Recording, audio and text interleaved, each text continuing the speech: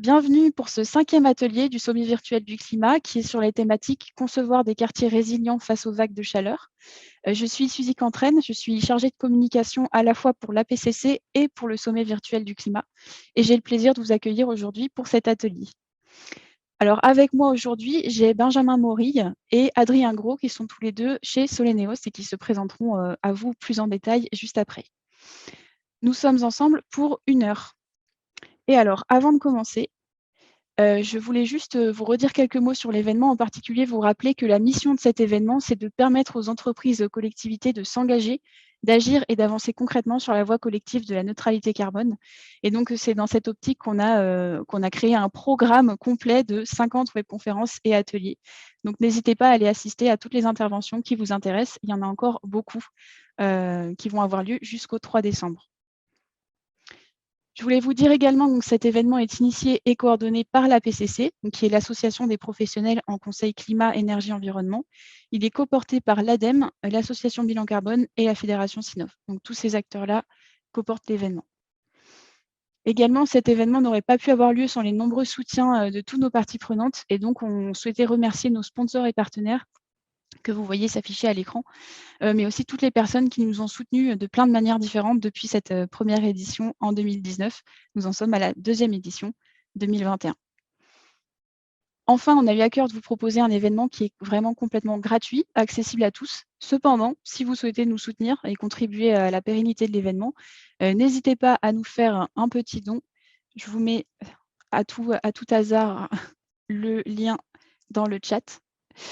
Voilà, et je vais terminer par des petits aspects logistiques avant de passer la main à nos intervenants. Quelques points à noter, vous pouvez poser toutes vos questions tout au long de la webconférence dans le module Q et R que vous devez voir apparaître en bas de votre écran.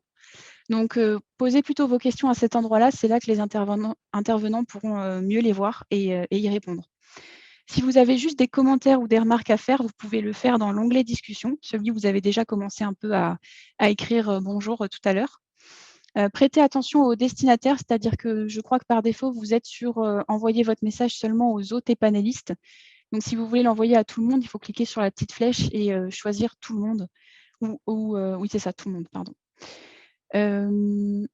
Enfin, vous dire que les slides de replay seront disponibles courant décembre sur le site du sommet et donc vous recevrez un mail avec tous ces éléments-là. Pour terminer, vous êtes assez, voilà, on ne peut pas garantir que toutes les questions obtiendront une réponse en fait pendant cette session.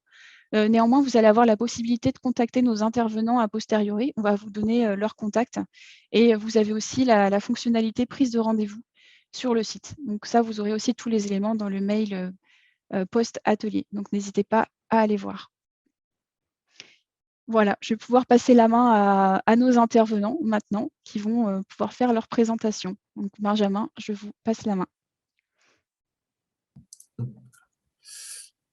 Bonjour, merci beaucoup Suzy. Alors, bienvenue à tout le monde et merci du coup de votre présence pour poursuivre cet atelier.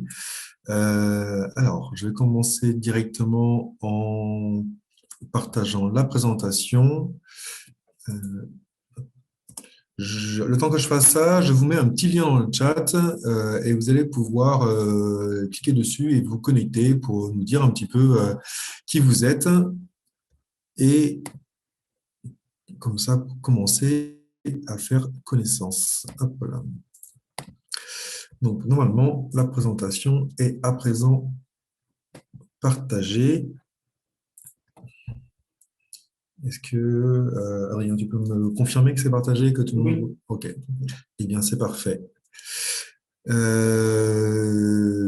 Donc, je vais me présenter et puis pendant ce temps-là, donc comme je le disais, je vous propose de vous rendre de diverses manières, donc soit via le lien qui est dans le chat, soit en scannant le QR code, soit en allant sur le site internet slidoo.com et en rentrant le petit code qui est ici, de manière à pouvoir nous dire qui vous êtes, où vous travaillez, si c'est dans un bureau d'études, si vous travaillez pour une collectivité locale, etc. Et donc de pouvoir avoir un peu l'information vis-à-vis de ce point-là. Donc, je me présente, donc Benjamin Morille. Moi, je suis fondateur de Soleneos. Je suis un chercheur en microclimatologie urbaine et donc j'ai transféré mes activités de recherche vers le milieu opérationnel il y a maintenant à peu près 2 ans et donc en créant l'entreprise Soleneos.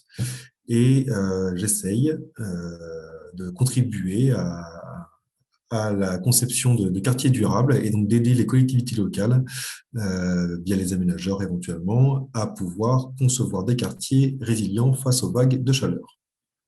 Et donc, c'est de tout ça dont nous allons parler aujourd'hui. Donc, allez-y, n'hésitez pas à vous connecter si vous y arrivez. Normalement, il n'y a rien de très compliqué. Donc, soit via le chat, soit via le QR code, soit directement en rentrant l'adresse dans votre barre d'adresse slido.com et en rentrant le petit code. Et donc, je poursuis pendant ce temps-là. Aujourd'hui, l'atelier, il a 3 objectifs principaux. Le premier, c'est d'essayer d'augmenter le degré de connaissance et l'esprit critique sur le sujet des îlots de chaleur urbains. Donc, les îlots de chaleur urbains, c'est un sujet qui est relativement nouveau dans le milieu opérationnel. Et on se rend compte que le degré d'acculturation augmente, donc a augmenté durant les dernières années. Par contre, il y a encore du chemin à faire. Et donc, on essaie de contribuer à l'augmentation du degré d'acculturation sur le sujet et de manière à pouvoir aller vers une prise en compte plus fine des problématiques qui sont liées aux îlots de chaleur urbains. Donc, je vais vous donner quelques éléments qui permettront de pouvoir augmenter votre esprit critique sur le sujet. Dans le second temps, on présentera les outils et les solutions, donc les outils pour pouvoir diagnostiquer et travailler sur le sujet des îlots de chaleur urbains et les solutions qui existent pour pouvoir lutter contre les îlots de chaleur urbains. Et puis, on vous présentera enfin, du coup, l'approche qui est la nôtre pour pouvoir aider les collectivités locales et aider à concevoir des quartiers résilients face aux vagues de chaleur. Voici. Alors, qu'en est-il du coup des présences? On peut voir déjà. Je vais partager l'écran. Je pense. Si moi j'arrête le partage, peut-être. Voilà. Est-ce qu'on voit mon écran? Voilà. De toute façon, normalement, vous devez avoir, vous, votre... donc, pour l'instant, on ne voit pas l'écran, Adrien. Vous devez avoir, vous, par contre, les résultats disponibles dans tous les cas au fur et à mesure. Donc là, on voit qu'on a 16 votants et 56% qui répondent. Rien de tout cela, je suis juste curieux. Eh ben, c'est très bien d'être curieux, pas de souci. Je peux passer à la question suivante. Voilà, donc toujours en étant connecté, vous pourrez répondre à la question suivante, qui est de savoir quel est votre degré de connaissance sur les îlots de chaleur urbains. Et donc, voilà, c'est un peu pour pouvoir situer les gens qui sont présents et puis de pouvoir un peu mieux ajuster le discours qu'on va avoir. Je vais te relaisser la main. Oui. Et donc, c'est parti. On reprend la main. Ah, ça ne marche pas. Non, il faut que tu arrêtes le partage, toi. Voilà. C'est OK, on va y arriver.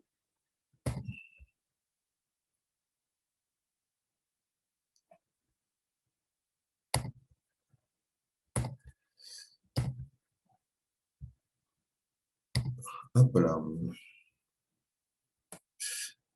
Alors, du coup, bon, la problématique, beaucoup la connaissent, je pense, si vous êtes présent ici. Le changement climatique, on ne sait pas de quel ordre de grandeur il sera à l'échelle de la planète, 2, 3, 4 degrés. En tout cas, une chose est sûre, c'est qu'à l'avenir, les canicules seront plus longues, plus fréquentes et plus intenses. Et donc, ce phénomène de canicule pose des problèmes de confort thermique, bien évidemment, et donc de risque sur la santé pour les personnes les plus vulnérables. Et ces problèmes de confort thermique sont exacerbés par le phénomène d'îlot de chaleur urbain. Donc, le phénomène d'îlot de chaleur urbain, c'est la différence de température entre la ville et la campagne. Et donc, cette différence de température rajoute de la chaleur à la chaleur. Donc, en période de canicule, il fait encore plus chaud, du coup, en ville. Et donc, le risque, c'est que lorsqu'on est en inconfort thermique, c'est d'avoir recours à ce qu'on a à l'image, donc la climatisation. Et donc, en plus des problématiques de santé et donc risque de surmortalité, des problématiques d'inconfort thermique, les risques sont une forte augmentation de la climatisation. Il faut savoir que notre parc de bâtiments est encore relativement peu équipé de climatiseurs, mais le secteur de la climatisation est un secteur à forte croissance et il n'y a qu'à voir les sujets des journaux télévisés à chaque canicule qui commence l'été pour se rendre compte de l'importance qu'ont effectivement le comportement des consommateurs, à savoir se ruer vers les ventilateurs, vers les climatiseurs. Et donc, ça induit des consommations d'énergie bien plus importantes, si bien que dans les années à venir, les pics de consommation risquent non plus d'être l'hiver, mais certainement seront l'été. Donc, il est important pour toutes ces raisons de pouvoir rafraîchir nos villes et donc de pouvoir concevoir des quartiers qui ne surchauffent pas, donc de réduire le phénomène d'îlots de chaleur urbain, et puis de pouvoir conserver des logements aussi qui restent confortables et d'assurer d'avoir des espaces extérieurs qui sont aussi d'un confort thermique agréable. Voilà. Donc maintenant, tout est question de savoir qu'est-ce qu'on entend par rafraîchir et qu'est-ce qu'il va falloir faire pour rafraîchir. Donc, allons-y pour la partie un petit peu contenu scientifique. Donc, les causes des îlots de chaleur urbains. Donc, pourquoi est-ce qu'il fait plus chaud en ville qu'à la campagne? Donc, la campagne, les espaces sont très végétalisés. Donc, l'ensoleillement qui est reçu par la végétation va générer de l'évapotranspiration du végétal, qui fait que le végétal va relativement peu monter en température. Et donc, les surfaces restent relativement fraîches. À l'inverse, en ville, l'ensoleillement qui arrive sur les surfaces urbaines, qui sont très minérales, du coup, va être stocké et les surfaces vont monter en température. Et cela est renforcé par le phénomène de piégeage radiatif, le fait que l'ensoleillement soit réverbéré sur les différentes surfaces. Et donc, l'absorption globale du rayonnement solaire est plus importante du fait de la forme urbaine. Ajouté à cela, la forme urbaine, donc la présence de bâtiments, fait que le vent est plus faible en ville et donc ça réduit la possibilité de dissiper les excès de chaleur. Donc, tout ça se passe en journée. Et donc, cette chaleur qui est accumulée la nuit, là où la campagne va pouvoir se rafraîchir rapidement la nuit, en fait, les surfaces urbaines plus chaudes vont restituer la chaleur et donc contribuer à ralentir le refroidissement de l'espace urbain. Donc, voilà un peu en quelques mots, mais à succincte, je ne rentre pas plus dans les détails, les causes des îlots de chaleur urbains. Donc, l'effet d'îlot de chaleur urbain, c'est une problématique qui est observée majoritairement de nuit. Donc, l'écart de température que vous avez ici entre la ville et la campagne, il est quasiment nul durant la journée, voire même des fois, la ville peut être un peu plus fraîche durant la journée que la campagne, du fait de son inertie. Et par contre, excusez-moi, donc, la nuit se met en place ce phénomène d'îlot de chaleur urbain, cette différence de température, du fait des phénomènes qu'on vient d'expliquer juste avant. Donc, c'est principalement ces différences de température d'air, c'est principalement un phénomène qui est un phénomène nocturne. Vous avez ici les évolutions spatiales de la température, donc en pointillé de la température d'air et en trait plein de la température des surfaces, donc pour le jour et pour la nuit. Donc, on remarque que ce qu'on vient d'expliquer juste à l'instant, en pleine journée, les écarts de température entre les différentes zones urbaines et périurbaines sont relativement faibles, là où la nuit, les écarts de température sont bien plus importants. Donc, on retrouve ce qu'on vient de dire juste avant.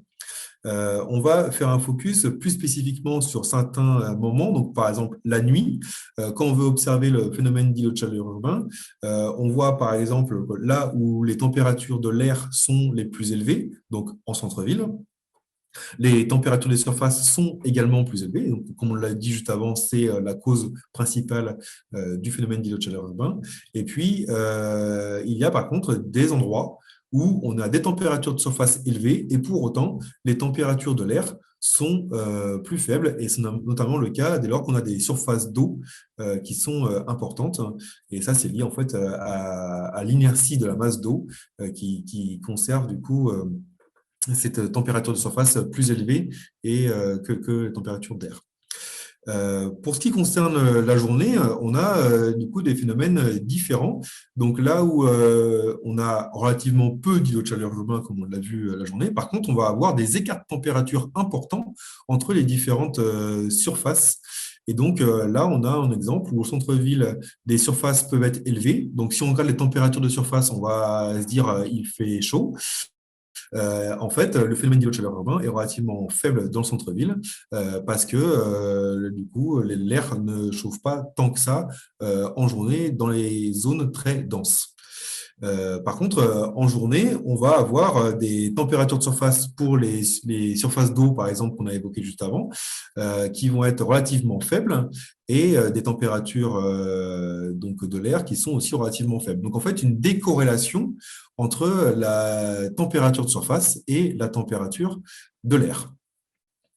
On a sur d'autres endroits où il y a moins d'îlots de chaleur urbain la nuit, on a là à nouveau des situations similaires au centre-ville et donc des écarts de température importants entre la température de surface et la température de l'air.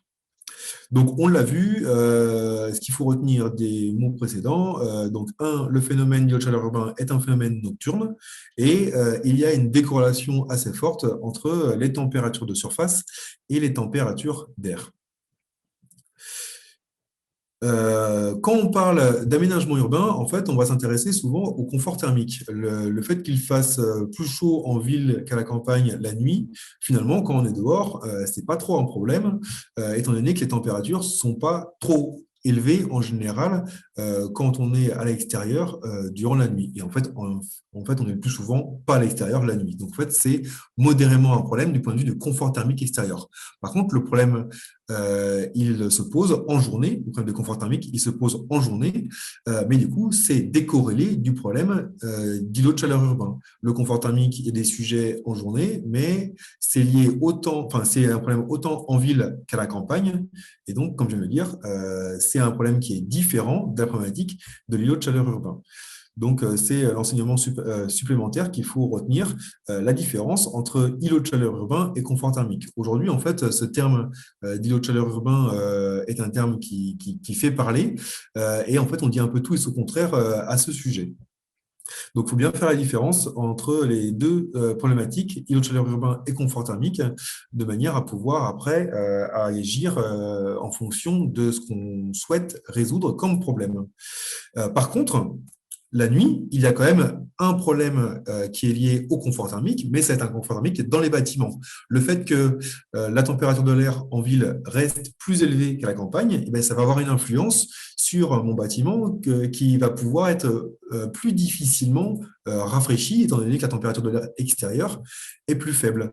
Donc, on va avoir une difficulté supplémentaire à pouvoir redescendre la température dans le bâtiment, et donc ça pose des problématiques de confort thermique intérieur. Donc, on a ici trois problématiques que sont l'îlot de chaleur urbain, qui est un phénomène nocturne, le confort thermique extérieur qui va être un problème durant la journée et le confort thermique intérieur qui va être impacté par l'îlot de chaleur urbain et avec des problématiques principalement durant la nuit où on cherche à dormir et vu qu'il fait trop chaud, on a des difficultés à pouvoir dormir correctement et c'est là que les organismes se fatiguent et puis qu'il peut y avoir des risques pour la santé. Voilà, donc on a ici les principaux enseignements que je viens d'évoquer et qu'il faut retenir, qui nous serviront par la suite. Je présente à présent les outils qui permettent de pouvoir traiter les problématiques d'îlot de chaleur urbain. Et en fait, pour cela, je m'appuie sur un document de l'ADEME qui s'appelle Diagnostic de la surchauffe urbaine, que vous trouverez très facilement sur la bibliothèque de l'ADEME et qui présente différents types d'outils permettant de pouvoir faire un diagnostic et puis parfois d'aller un peu plus loin que le diagnostic. Donc, vous avez là toutes les gammes d'outils qui existent et puis on va les passer rapidement en revue en montrant leurs avantages et leurs inconvénients. Donc, les campagnes de mesure, c'est ce qui est facile à mettre en œuvre. On peut assez facilement faire des mesures de manière diverses et variées, soit avec des capteurs de température qu'on met à un endroit donné dont on va observer du coup la variation de la température au fil du temps, ou alors il y a des systèmes avec ce qu'on appelle des campagnes de mesure mobile où on va pouvoir se déplacer avec notre outil de mesure et de pouvoir savoir quelle est la variation de température le long d'un transect, par exemple. Voilà. Et c'est des choses qui sont faites soit de manière soit avec un piéton qui va se déplacer avec les appareils de mesure, soit avec des véhicules qui peuvent être équipés et pour faire ces campagnes de mesure mobiles. L'inconvénient, c'est qu'on a soit l'information à un seul endroit, mais à très localisé, soit l'information à un seul moment. Donc, si on a une information spatiale avec des campagnes de mesure mobiles, alors c'est des informations qu'on a à un seul moment et on n'a pas les deux informations en même temps. Par contre, l'avantage, c'est la croyance et la confiance qu'on va apporter à ces mesures. Dès lors qu'on mesure, effectivement, on se dit, voilà, ça, on l'a vu, on l'a mesuré, donc on y croit.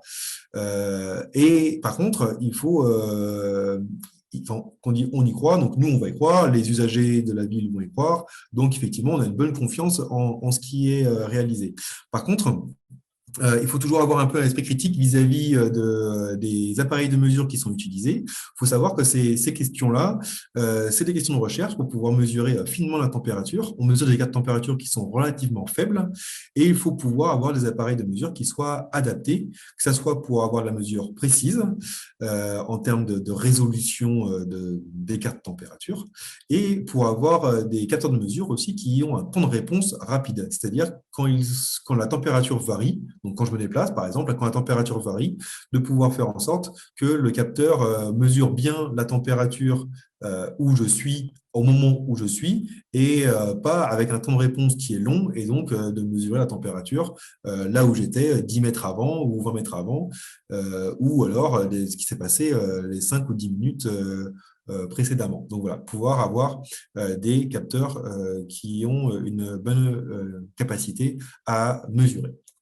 Est-ce qu'on en profiterait pour répondre à des questions au fur et à mesure? S'il y a des questions, on peut tout de suite Alors, répondre. une question très intéressante. Quel argument crédible peut-on développer pour dissuader les personnes d'installer une clim? Quel argument crédible? Le premier argument crédible, c'est de faire en sorte que leur bâtiment se comporte correctement du point de vue problématique de confort thermique dans le bâtiment et donc d'essayer de faire en sorte qu'il n'ait même pas l'idée d'utiliser la clim parce qu'en fait, le bâtiment est confortable. Donc, c'est les premières choses à faire. Maintenant, aujourd'hui, on a un parc immobilier existant qui n'est pas adapté pour sa grande partie à ces problématiques-là. Donc, après, il faut pouvoir s'adapter. Hein, c'est bien l'enjeu de tout ça. Alors, par la rénovation, certes, mais aussi, du coup, de pouvoir essayer de communiquer sur comment les gens peuvent, eux, s'adapter, adapter leur comportement pour pouvoir, lors des périodes des canicules, réussir à bien gérer ces périodes un peu compliquées. Donc, que ça soit pour la régulation de la température dans leur logement ou leur comportement pour aller vers des espaces qui vont être plus frais, par exemple des espaces végétalisés, des espaces des espaces extérieurs, hein, végétalisés, des espaces auprès des cours d'eau, par exemple, voilà, donc des endroits qui vont être plus frais. Et puis, voilà un peu ce qui peut être fait en premier abord. Une autre question. Contre les ICU, les toitures végétalisées sont-elles efficaces et efficientes? Alors, je propose qu'on évoque ces sujets-là, des solutions un petit peu après, étant donné que c'est le sujet qu'on va traiter après, et on pourra y revenir. On continue. Ok, parfait. Donc, un autre outil pour pouvoir faire un diagnostic des îlots de chaleur urbains, en fait, donc dans ce qui est classifié par l'ADEME, c'est des outils de télédétection satellitaire. Donc, en fait, à l'aide de satellites, on est en mesure d'avoir une information sur des flux de rayonnement émis et qui nous donne accès à des températures de surface. Alors, on dit température de surface avec des guillemets, hein, je l'ai écrit, étant donné que c'est assujetti à un certain nombre de corrections, notamment sur les propriétés physiques des surfaces, dont on n'a en général pas l'information. Donc, c'est des températures qui ne sont que des températures de surface. Et on a vu en introduction les limites vis-à-vis de cette température de surface pour qualifier en fait l'îlot de chaleur urbain. Et puis surtout, du coup, ces satellites ne passent qu'une fois tous les 16 jours. En soi, ça, c'est pas un souci. Mais ils passent en France entre 12 heures et 13 heures. Et donc, on a l'information de cette température de surface uniquement à ce moment-là de la journée. Ce qui fait que c'est une information qu'on a en pleine journée, là où le problématique d'îlot de chaleur urbain est la nuit. C'est une information qui est uniquement en 2D. Donc, en fait, on a uniquement ce qu'on voit depuis le ciel, hein, donc les surfaces supérieures. Donc, on ne sait pas ce qui se passe pour toutes les façades. Les températures des façades, on ne les a pas. Les températures des surfaces qui vont être sous les arbres, on ne va pas les avoir non plus. Donc, des choses qui sont limitées et limitantes en termes d'interprétation vis-à-vis de la problématique îlot de chaleur urbain. Par contre, ça a le gros avantage d'être gratuit. Donc, ces données sont gratuites. Donc, en fait, à moindre coût, on peut, avec juste un coût pour pouvoir traiter la donnée, on peut avoir ces cartographies qui, en plus, vont pouvoir être réalisées très facilement, enfin, relativement facilement, à l'échelle de la ville entière. Donc, en deux mots, ça fait facilement du rouge et du bleu à l'échelle de la ville. Donc, c'est des choses dont les élus sont relativement friands. Par contre, il ne faut pas leur faire dire plus que ce qu'elles ne disent, et d'où l'intérêt d'avoir un peu la connaissance de ce qui est différent entre une température d'air et une température des surfaces, et donc des limites de ces outils. Ça donne une information intéressante à large échelle, et donc ça a quand même une contribution réelle, mais la température de surface n'est qu'une composante du phénomène d'îlot de chaleur urbain. Alors, une question en lien avec la présentation actuelle, c'est un lien pour accéder aux infos satellites. Alors, le lien, je ne l'ai pas comme ça, mais il faut aller sur le site de Landsat. Et donc, ces données sont disponibles. Après, elles demandent de devoir avoir des post-traitements pour pouvoir ensuite réussir à faire des cartographies comme ça de couleurs. Voilà.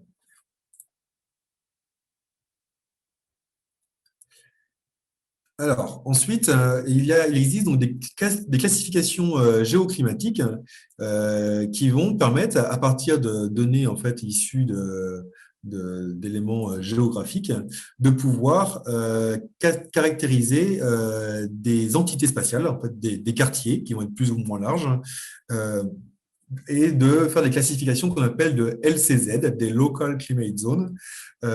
Et donc, le principe, c'est on va dire que ce quartier est homogène dans sa constitution, et donc, selon sa composition, on va relever en fait les grandeurs qui sont influentes sur le phénomène d'îlot de chaleur urbain.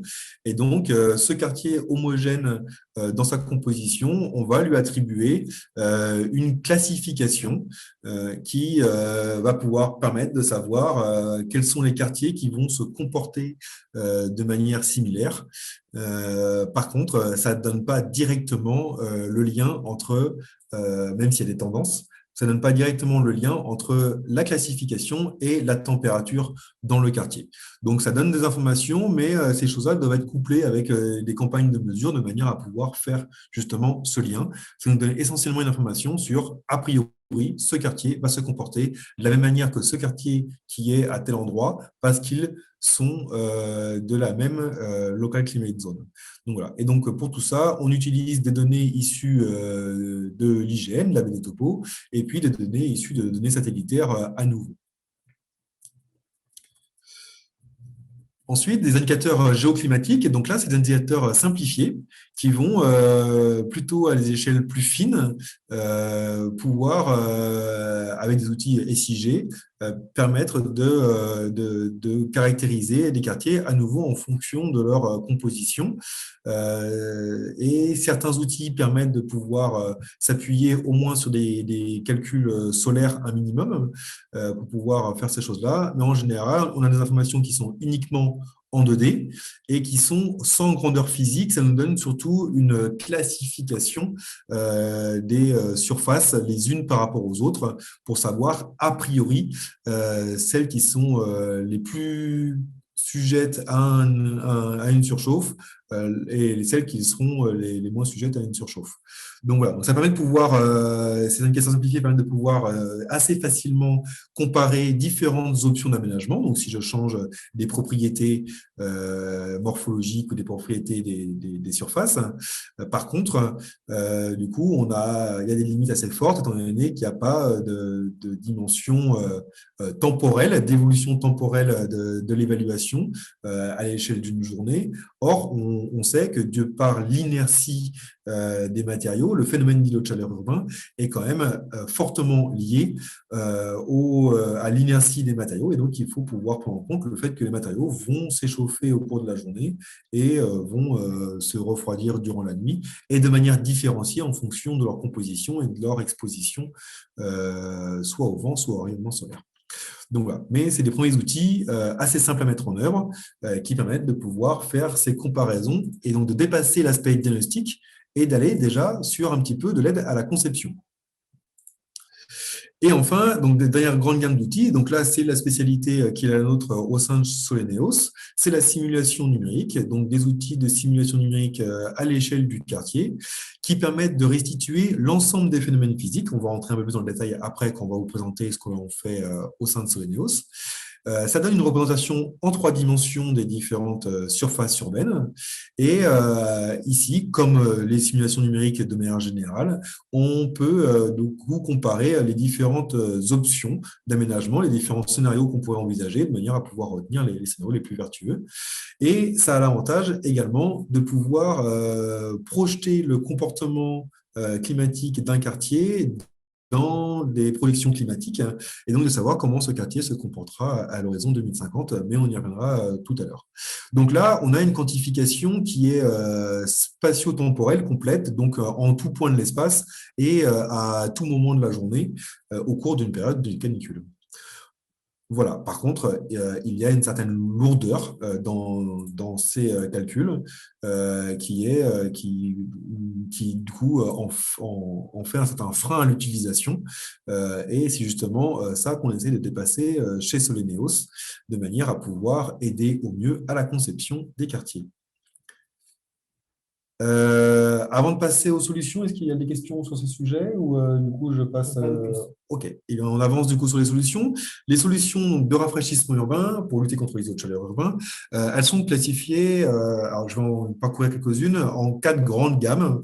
C'est les solutions qui ont un lien avec le choix de la forme urbaine. Donc la forme urbaine qui va avoir une influence sur le rayonnement solaire sur les différentes surfaces, donc les ombrages projetés des surfaces, et une influence également sur l'écoulement du vent et sur comment donc, se dissipe l'excès de chaleur en fonction du coup de la vitesse du vent dans un quartier urbain. Donc, deuxième type de solution, c'est tout qui va avoir un lien avec les choix des matériaux, les propriétés des matériaux. Donc, ces matériaux, comme je l'évoquais au départ, ils stockent la chaleur durant la journée, ils la restituent durant la nuit. Donc, cette capacité à stocker la chaleur et à la restituer durant la nuit, elle peut varier selon les propriétés. Et donc, selon les choix qu'on va faire, on peut avoir des contributions moindres au phénomène d'îlot de chaleur urbain, et puis des fois, à l'inverse, du coup, des contributions supplémentaires, par contre, au phénomène d'inconfort. Donc, il est important de pouvoir bien, selon les choix des matériaux, les utiliser au bon moment, au bon endroit, vis-à-vis des problématiques de confort thermique et d'îlot de chaleur urbain, qui sont, comme on l'a dit, 2 problématiques différentes et qui sont importantes de pouvoir traiter de manière séparée. La solution la plus en vogue, qui a aussi bien d'autres avantages que l'aspect régulation thermique, hein, c'est le recours au végétal. Les arbres, les toitures végétalisées, les façades végétalisées et les pelouses. Donc, tous ces éléments qui sont en général pris en compte dans les outils d'évaluation du climat urbain. Mais j'en profite juste du coup pour répondre à la question qui a été posée tout à l'heure sur contre les issues, les toitures végétalisées sont-elles efficaces et efficientes? Alors, les toitures végétalisées, comme leur nom l'indique, elles sont en toiture. Donc, ça va dépendre de quelle problématique on va parler. Si on veut améliorer le confort dans le bâtiment, oui, il y a une efficacité, effectivement. Et donc, surtout sur les premiers étages. Donc, si c'est un bâtiment relativement bas, pas de souci, il va y avoir une efficacité. Par contre, si c'est un bâtiment relativement haut, un immeuble, l'effet va être sur les premiers étages en haut de l'immeuble et un effet relativement faible ensuite. Mais il y a un vrai effet sur la partie confort thermique à l'intérieur du bâtiment. Par contre, pour la partie confort thermique extérieur, l'effet en fait est relativement faible pour la simple et bonne raison que les toitures sont pas là où sont les piétons en général, à moins que les toitures soient accessibles. Hein, mais sinon, en fait, les toitures pour améliorer le confort thermique à l'échelle du piéton dans la rue, du coup, vont avoir une influence relativement faible sur la réduction l'amélioration du confort thermique dans les espaces urbains. Faut savoir que ces toitures végétalisées, en général, les espaces végétales sont choisis de manière à pouvoir relativement peu évaporer, de manière à pouvoir faire en sorte que le végétal puisse perdurer, même quand il y a un manque d'eau, donc au cours d'une période de canicule. Et donc, s'il y a peu d'évapotranspiration, il y a peu de rafraîchissement. Donc, en fait, en général, la contribution à la réduction du phénomène d'îlot de chaleur urbain est relativement faible. Donc, faible pour réduction de l'îlot de chaleur urbain, faible pour l'amélioration du confort thermique et peut être important pour la partie confort thermique intérieur, notamment pour les premiers étages qui se trouvent sous cette toiture végétalisée. Et donc, la dernière gamme de solutions de rafraîchissement, c'est toutes les solutions qui vont avoir recours à l'eau pour rafraîchir. Donc, fontaine, brumisateur, miroir d'eau, des solutions qui vont à nouveau, comme le végétal, utiliser le phénomène d'évaporation de l'eau pour rafraîchir, que ce soit directement si le corps humain est rafraîchi, ou indirectement via le rafraîchissement de l'air, avec des effets qui sont par contre relativement, plutôt très localisés. Alors, j'ai une autre question sur les solutions de rafraîchissement. Que pensez-vous de l'application de peinture effective en toiture comme solution face aux ICU?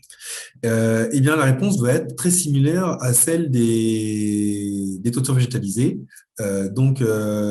C'est une solution qui est efficace pour améliorer le confort thermique dans les bâtiments et donc réduire les consommations de climatisation. Par contre, c'est une solution qui a beaucoup moins d'impact sur la réduction du chaleur urbain et la réduction du confort thermique dans les rues.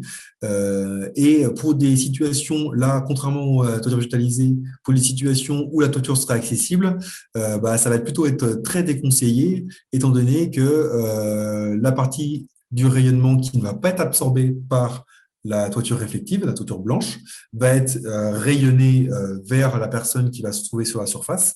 Et donc, du coup, on va doubler la quantité d'énergie solaire qui va être, augmenter la quantité d'énergie solaire qui va être reçue par la personne et donc dégrader le confort thermique. Donc voilà un petit peu des situations très similaires à la réponse qu'on a pu apporter sur la partie toiture végétalisée. Donc, toutes ces solutions, vous allez pouvoir les retrouver dans un document de l'ADEME qui a été produit l'année dernière, en fin d'année dernière, publié en fin d'année dernière, et qui fait une synthèse des solutions de rafraîchissement urbain en les classifiant en fonction donc, du type de solution, en fonction de leur effet, si c'est un effet fort, important, faible ou non significatif, et puis en fonction de l'échelle ou du moment de la journée auquel il y a un effet ou auquel ça peut être utilisé, avoir recours. Donc voilà, donc ce document est plutôt très pédagogique, permet de pouvoir avoir une idée un peu de l'efficacité des différentes solutions de rafraîchissement et va un peu plus loin que les quelques solutions qu'on a abordées jusque-là, les quelques gammes de solutions qu'on a abordées jusque-là. Et ce document conclut par quelques effets, quelques éléments importants. Le premier, c'est qu'il n'existe pas de solution ou de combinaison de solutions de rafraîchissement qui sont systématisables à l'ensemble des situations. Donc, en fait, il faut, à chaque situation urbaine, avoir la solution qui y est adaptée et c'est assez difficile d'avoir des choses qui soient systématiquement applicables, même s'il y a des tendances parfois. Deuxième élément, les effets attendus de chaque solution sur le climat urbain diffèrent selon le contexte urbain dans lequel il s'insère. Donc, ça rejoint le premier. À chaque contexte urbain, il va falloir étudier spécifiquement les choses de manière à pouvoir adapter la solution pour répondre à la problématique que l'on souhaite traiter.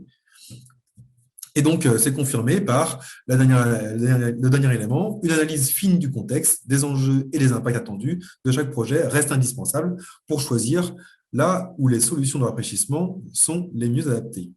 Alors, une autre question sur les solutions de rafraîchissement. Quid de l'utilisation de l'eau et des problèmes de santé publique, exemple les moustiques?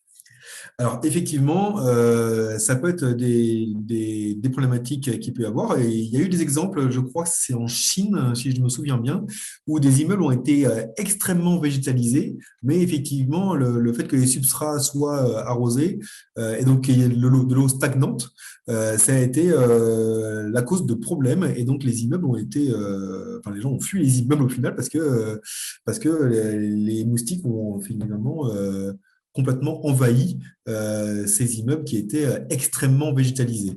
Donc, en fait, il y a des questions à se poser vis-à-vis de ces sujets-là et les sujets d'eau stagnante qui peuvent faire l'objet de nuisances supplémentaires, on va dire. Ceci étant, il y a des solutions qui ne posent pas de problème vis-à-vis de ces sujets-là, dès lors que l'eau n'est pas stagnante. Et donc, en général, le recours à l'eau pour rafraîchir, des solutions qui ont directement recours à l'eau, donc par exemple les brumisateurs, les fontaines, etc. Dans un contexte où il y a une raréfaction de l'eau, l'objectif va être de l'utiliser au moment où il y a besoin, et uniquement au moment où il y a besoin, donc pour assurer localement un confort thermique plus important dans l'espace qu'on souhaite rafraîchir. Donc en fait, la solution est à adapter en fonction de la situation. Je poursuis avec un autre document de l'ADEME que vous pourrez consulter pour aller plus loin, qui recense 16 retours d'expérience dans le monde, dans le climat actuel et dans le climat futur. Donc, des retours d'expérience de mise en œuvre de solutions pour essayer de réduire le problème lié au chaleur urbain et les problématiques de confort. Avec en conclusion quand même une note importante qui dit que les solutions de rafraîchissement urbain doivent être des solutions d'adaptation au changement climatique et qu'il faut prendre en compte l'évolution des types de climat aux horizons 2050 et 2100. Et donc, effectivement, le comportement des solutions de rafraîchissement va évoluer en fonction des conditions climatiques et il est important de pouvoir faire en sorte de s'assurer que dans les conditions climatiques à l'horizon 2050 et au-delà, que les solutions qui sont efficaces aujourd'hui resteront encore efficaces à ces horizons-là. Donc, voilà des documents sur lesquels vous pourrez vous référer pour pouvoir aller un peu plus loin sur les solutions de rafraîchissement urbain. Et donc, on va passer à présent à la présentation de l'approche qui est celle de Soleneos pour traiter ces sujets. Donc, nous, ce qu'on propose, c'est tout ce qu'on a évoqué jusqu'à maintenant, de pouvoir lutter contre les îlots de chaleur urbains, d'améliorer le confort thermique, et tout ça en évaluant de manière quantitative les solutions de rafraîchissement. Donc, c'est l'expertise qu'on propose avec Soleneos. On la développe depuis 2 ans à présent, et ça se fait notamment au sein de l'incubateur de Centrale Audencia et de l'ENSA, qui nous accueille actuellement et qui nous accompagne dans ce développement de cette expertise qui est novatrice. Donc, très concrètement, notre objectif est de pouvoir aider les collectivités locales et les aménageurs à la conception des quartiers, Pour cela, on va s'appuyer sur des simulations numériques du climat urbain et ces simulations numériques vont pouvoir permettre de comparer différents scénarios d'aménagement et de retenir les scénarios d'aménagement les plus vertueux vis-à-vis des problématiques qu'on a évoquées auparavant.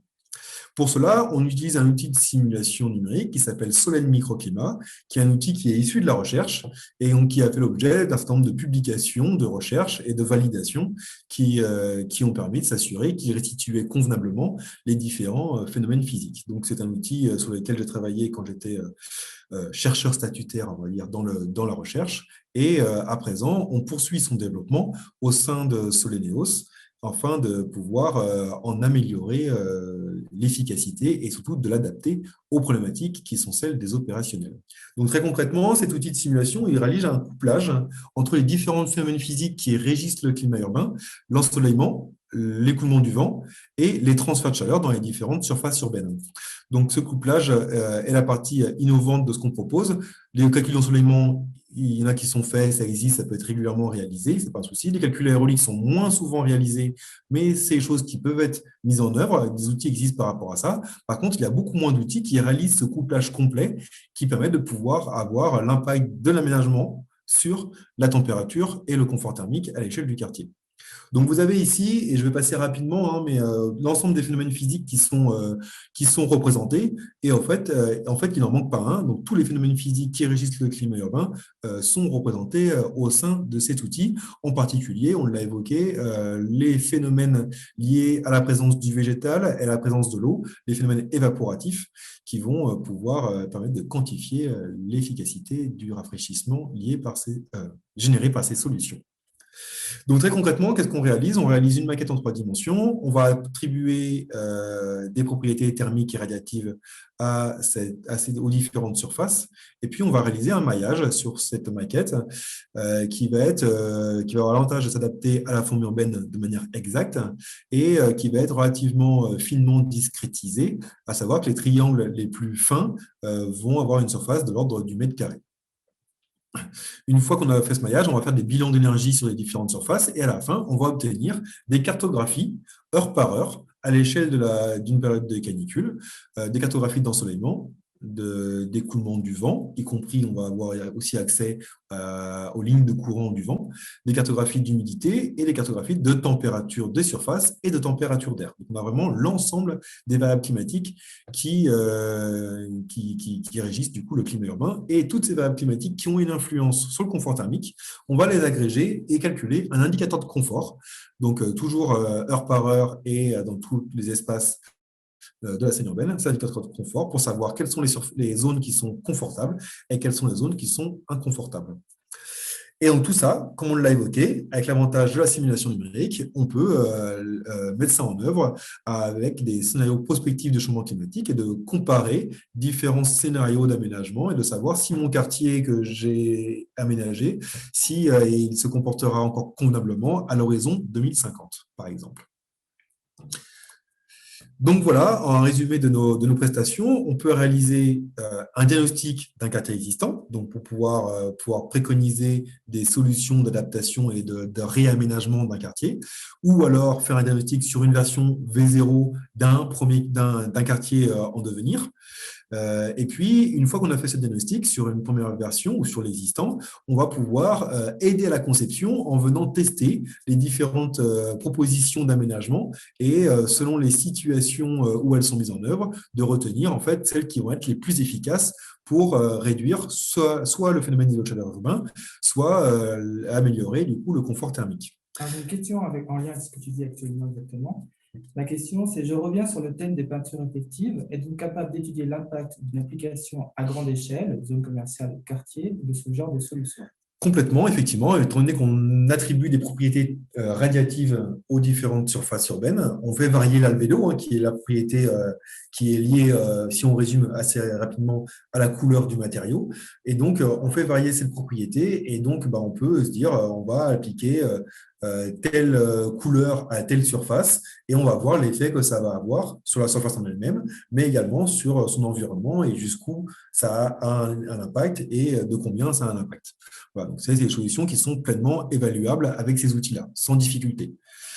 Et donc, je poursuis pour finir. Une fois qu'on a fini la conception, on va pouvoir évaluer le projet d'aménagement en faisant des évaluations soit avant projet, après projet, pour montrer l'influence des choix d'aménagement, soit d'évaluer le projet donc à l'horizon 2050 pour savoir ce qui est fait.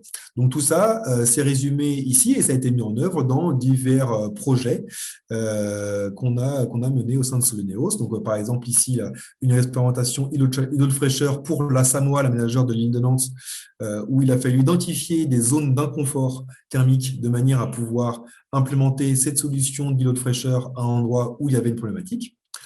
Donc un diagnostic, et donc pour pouvoir après évaluer donc, l'efficacité des solutions d'adaptation. Du côté aide à la conception, on a mis ça en œuvre sur la conception du village olympique de manière à optimiser l'évapotranspiration des surfaces végétalisées, mais ça peut aussi être mis en œuvre au travers d'études paramétriques donc, sur les matériaux. Donc, on l'a évoqué par exemple, au travers de la question précédente avec le choix d'albédo, par exemple, mais aussi ça peut être fait avec le choix de la végétation, les différents types de végétation et les endroits où la végétation va être mise en œuvre. Et puis, donc l'évaluation d'un projet d'aménagement, donc une comparaison avant-après, donc c'est des choses qui ont été faites là sur le groupe scolaire Yves Levasseur, mais aussi donc évaluer, comme on l'a évoqué, la résilience à l'horizon 2050-2070. Et tout ça avec des fichiers météo qu'on génère, qu'on produit et qu'on peut d'ailleurs vous fournir pour d'autres applications si vous êtes intéressé. Et tout ça, au passage, il y a plein d'autres opportunités qu'on peut saisir pour pouvoir apporter d'aide à la conception. Donc, pour pouvoir évaluer le potentiel photovoltaïque en toiture, par exemple, évaluer les apports solaires sur les différentes surfaces urbaines, donc que ce soit en façade façade sud, par exemple, pour optimiser les apports solaires pour l'hiver, ou en façade ouest pour essayer de réduire le risque d'inconfort thermique de surchauffe de bâtiments en période estivale. Mais aussi les calculs d'écoulement de vent nous permettent de pouvoir avoir accès à l'évaluation du potentiel de ventilation naturelle pour les bâtiments, et donc des capacités à pouvoir rafraîchir les bâtiments, et de pouvoir évaluer le risque d'inconfort au vent fort qu'il peut y avoir dans l'espace urbain. Donc tout ça, un certain nombre d'opportunités supplémentaires qui sont proposées avec les outils dont on dispose. On peut en profiter pour répondre à d'autres questions qui sont arrivées. Et après, on va finir. Alors, bonjour. Avez-vous la possibilité d'aborder les phénomènes aéroliques estivaux et hivernaux, ou comment profiter du vent l'été sans en souffrir l'hiver? Complètement, je viens d'y répondre du coup là en parlant. On peut faire des évaluations d'écoulement du vent donc, dans les périodes estivales avec la direction qui correspond aux vents principaux en été et plutôt des vents faibles a priori, voire des situations d'inconfort qui peuvent arriver. Et puis des situations hivernales où là la problématique c'est plutôt l'inconfort au vent fort et donc les directions sont aussi en général assez différentes et donc du coup là on peut essayer d'évaluer les fréquences d'inconfort des différentes zones urbaines et donc de pouvoir faire ces évaluations-là sans difficulté. Une autre question.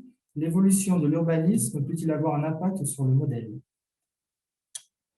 Alors, il faudrait préciser la question, je ne sais pas sur le modèle. En fait, alors, si c'est par rapport à la forme urbaine, en fait, on peut modifier la forme urbaine. Demain, si j'ai un quartier existant, c'est des demandes qu'on a d'ailleurs, hein, j'ai un quartier existant et dans mon quartier, j'ai un bâtiment qui va être déconstruit ou reconstruit ou un bâtiment qui va être surélevé, par exemple, et je peux voir un peu quelle va être l'influence de cette modification de la forme urbaine. Je fais une simulation avec l'ancienne situation, une simulation avec la nouvelle situation, et puis je vois l'influence que cette situation a. Je ne sais pas si ça répond à la question, si ça correspondait vraiment à l'aspect forme urbaine.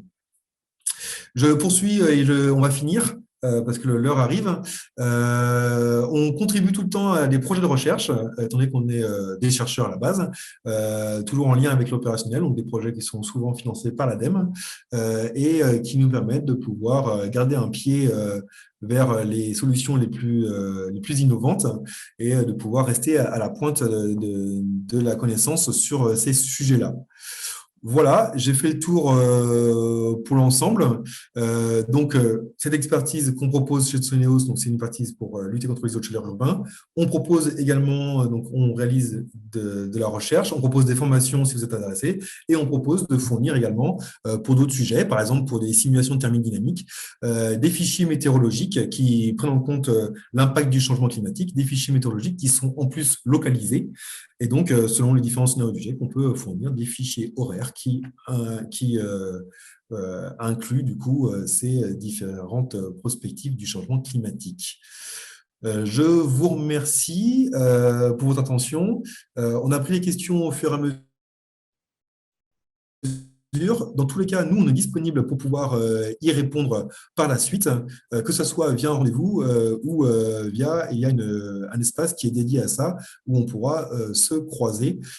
Et je pense que Suzy va peut-être pouvoir rappeler les choses à ce sujet. Oui, tout à fait. Merci beaucoup, Benjamin et Adrien, pour cet atelier.